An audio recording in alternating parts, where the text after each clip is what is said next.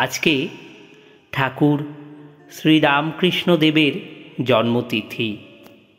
তিনি কি ঈশ্বর? না, তিনি আমার আপনার মতোই মানুষ, কিন্তু সাধারণ মানুষ নন। তিনি পরমহংস। ঈশ্বর তো কোনো মন্দির, মসজিদ, গির্জা অথবা কোনো মৃন্ময়ী মূর্তির মধ্যে অবস্থান করেন না। মানুষের মধ্যেই তাঁর বসবাস।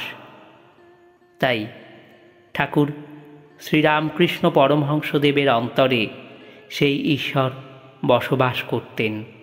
তার গভীর অন্তর্দৃষ্টি, সে তো ঈশ্বরের দৃষ্টি।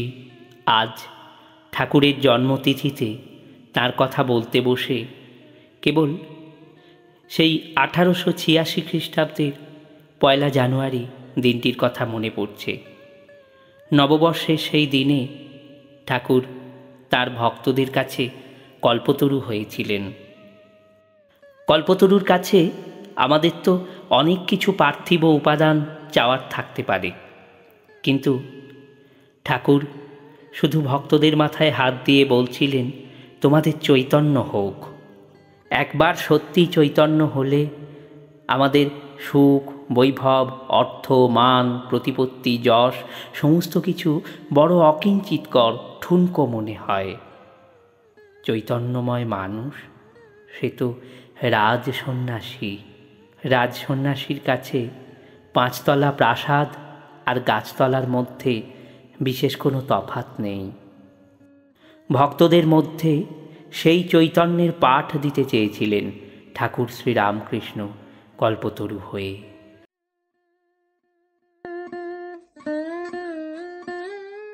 আমি বেদ উপনিষদ পড়িনি, দর্শনশাস্ত্রেও আমার বিশেষ জ্ঞান নেই, কিন্তু আমি কথামৃত পড়েছি। ধর্মীয় দর্শনের জটিল তত্ত্ব যে সহজ সরল ভাষায় মানুষের কাছে পৌঁছে দেওয়া যায়, ধর্মের সঙ্গে সাম্প্রদায়িকতার যে বিরাট এক তফাৎ, তা কথামৃত না পড়লে বোঝা যায় না। আর সেজন্যই ঠাকুর রামকৃষ্ণকে জানা আজকের দিনে আমাদের খুব প্রয়োজন। তার কথা আমার কাছে তাই অমৃতের সমান। 1882 খ্রিস্টাব্দের 5ই আগস্ট বিকেল 4টে ঠাকুর শ্রীরামকৃষ্ণ এসেছেন ঈশ্বরচন্দ্র বিদ্যাসাগরের বাড়িতে। যেন 2 মহাসাগরের মিলন হলো। একজন দয়ার এবং বিদ্যার সাগর, আরেকজন ভাবের সাগর। এখন সেই মহামিলন দৃশ্যের কিছু অংশ আমি পড়ব। আজ ঠাকুরের জন্মতিথিতে এই আমার পূজার সাধন উপাচার।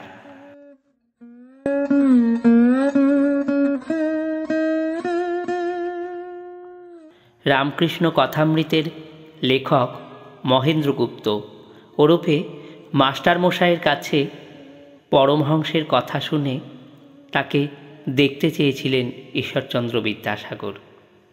তিনি একবার জিজ্ঞেস করেছিলেন, কীরকম পরমহংস? তিনি কি গেরুয়া কাপড় পরে থাকেন? মাস্টার বলেছিলেন, আজ্ঞা না, তিনি এক অদ্ভুত মানুষ। লাল পেরে কাপড় পরেন, জামা পরেন, বার্নিশ করা জুতো পরেন। রাসমণির কালীবাড়িতে একটি ঘরের ভিতর তিনি বাস করেন। সেই ঘরের মধ্যে একটি তক্তপোষ পাতা, তার মধ্যেই তিনি শয়ন করেন। কোনো বাহ্যিক চিহ্ন নেই, কিন্তু ঈশ্বর বই আর কিছু জানেন না তিনি। বিদ্যাসাগর মশাইয়ের বাড়িতে এসে ঠাকুর জামার বোতামে হাত দিয়ে বালকের মতো মাস্টারমশাইকে জিজ্ঞেস করলেন, জামার বোতাম খোলা, এতে কি কোনো অসুবিধা হবে? মাস্টারমশাই বললেন, না, আপনার কিছুতেই কোনো অসুবিধা হবে না, জামার বোতাম দেবার দরকার নাই। ঠাকুর বিদ্যাসাগরের ঘরে পৌঁছতেই বিদ্যাসাগর তাকে অভ্যর্থনা করলেন, পূজা করলেন। আর ঠাকুর বিদ্যাসাগরের দিকে পূর্বপরিচিতের মতো গভীর অন্তর্দৃষ্টি দিয়ে তাকিয়ে রইলেন। তাকে দেখে ঠাকুরের ভাব সমাধি হলো। কিছুক্ষণ পর ঠাকুর প্রকৃতিস্থ হয়ে বৃষ্টিমুখ করলেন। ততক্ষণে বিদ্যাসাগরের বাড়ির লোকজন এসে গিয়েছেন। একটি বেঞ্চের মধ্যে বসে ঠাকুর কথা বলছেন, আর ভক্তরা উদ্গ্রীব হয়ে আছেন তার সেই অমৃত ভাষণ শোনার জন্য। ঠাকুর বলছেন, আজ সাগরে এসে মিললাম। এতদিন খাল, বিল, হদ্দ, নদী দেখেছি, আজ সাগর দেখছি। বিদ্যাসাগর সহাস্যে বললেন, তবে নোনা জল খানিকটা নিয়ে যান। ঠাকুর বললেন, না গো, নোনা জল কেন? তুমি যে অবিদ্যার সাগর নও, তুমি বিদ্যার সাগর। এবার বিদ্যাসাগর চুপ করে রইলেন।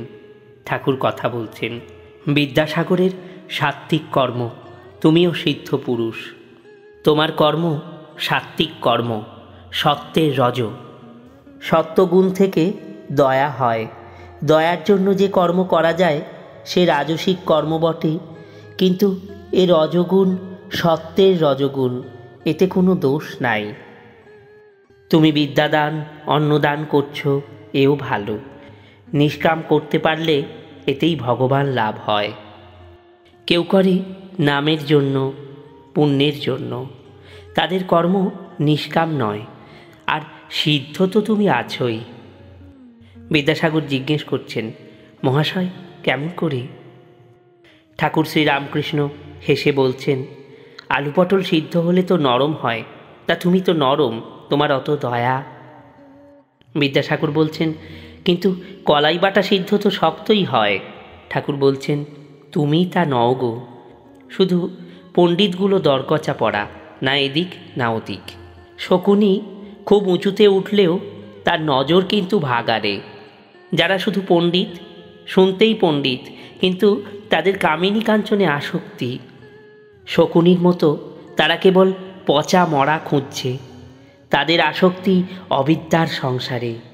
আর তোমার দয়া, ভক্তি, বৈরাগ্য, এসব কিছুই বিদ্যার ঐশ্বর্য।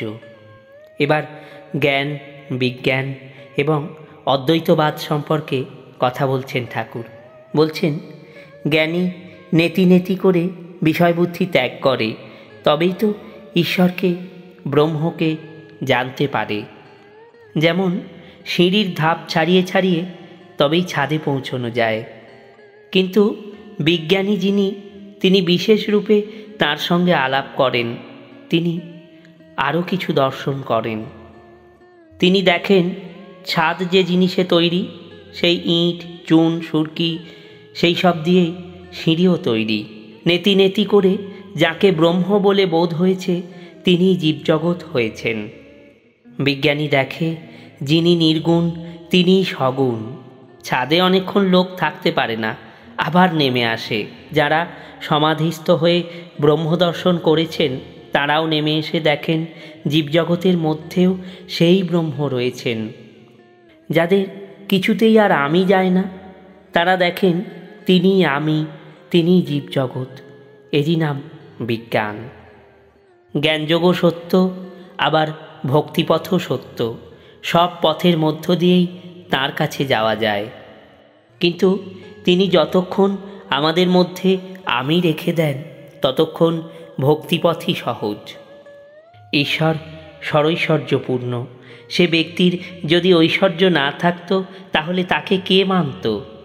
ঠাকুরের কথা শুনে হাসছেন সকলে।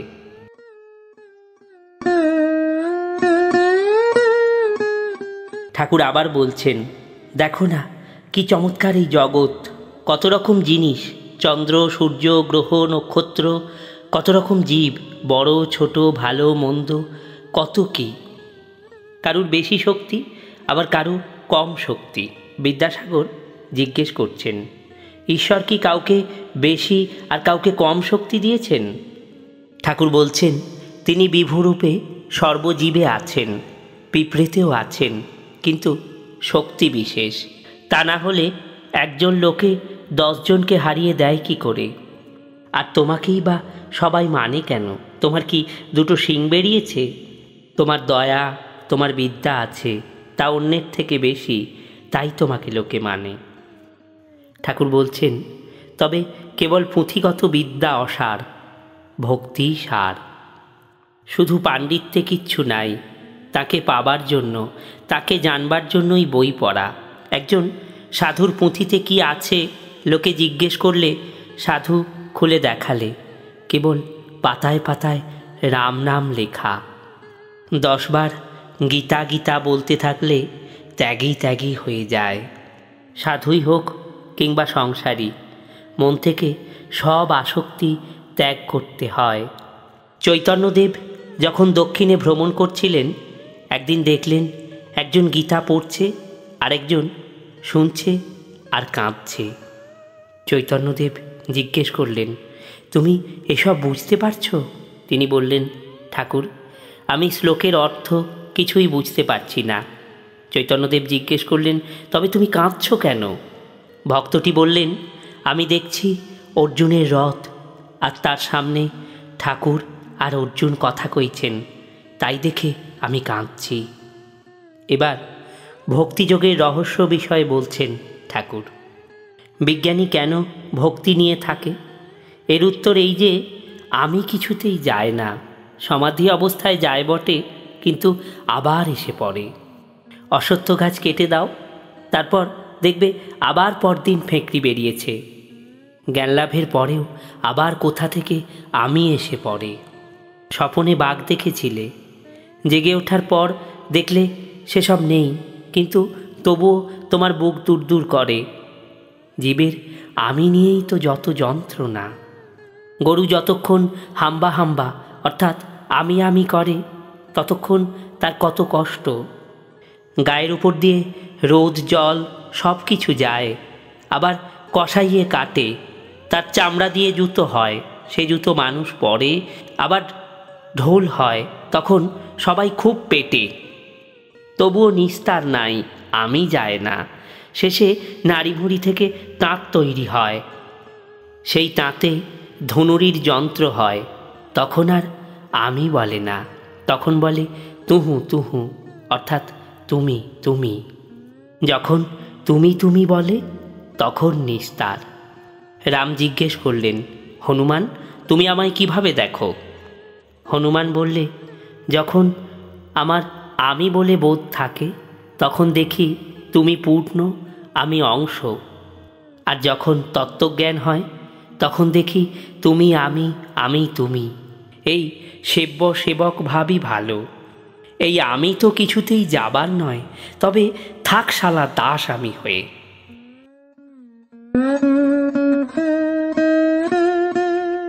ঈশ্বর বিষয়ে ঈশ্বরচন্দ্র বিদ্যাসাগরের বিশেষ কৌতূহল ছিল না, কিন্তু এই ভক্ত মানুষটির সঙ্গে কথা বলে তিনি মুগ্ধ হয়েছিলেন। তাই সেদিন বিদায়ের মুহূর্তে আবার পরে কখনো ঠাকুরের সঙ্গে সাক্ষাতের ইচ্ছা প্রকাশ করেছিলেন ঈশ্বরচন্দ্র বিদ্যাসাগর।